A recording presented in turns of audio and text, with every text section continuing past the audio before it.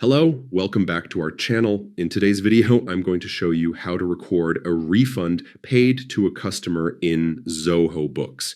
Refunds are an important part of running a business, and recording them properly ensures that your financial records stay accurate and your customers remain satisfied.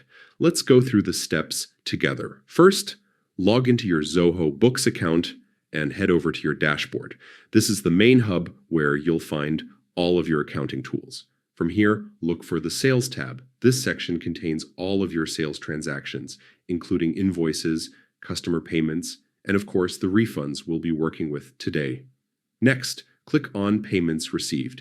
This area shows you a list of all the payments your business has collected. Take your time to locate the exact payment that needs to be refunded. Choosing the correct transaction is crucial because it ensures your books reflect reality and remain error-free.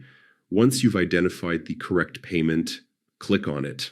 You'll now see a refund option appear. Click on this button to begin the refund process. Here, you can decide whether you're issuing a full refund or just a partial amount depending on the situation. Now it's time to enter the refund date. Make sure this matches the actual day you're processing the refund, as accurate dates make your financial reporting and reconciliations much easier later on. After that, choose the account the refund is being paid from. This could be your bank account, a credit card account, or even petty cash.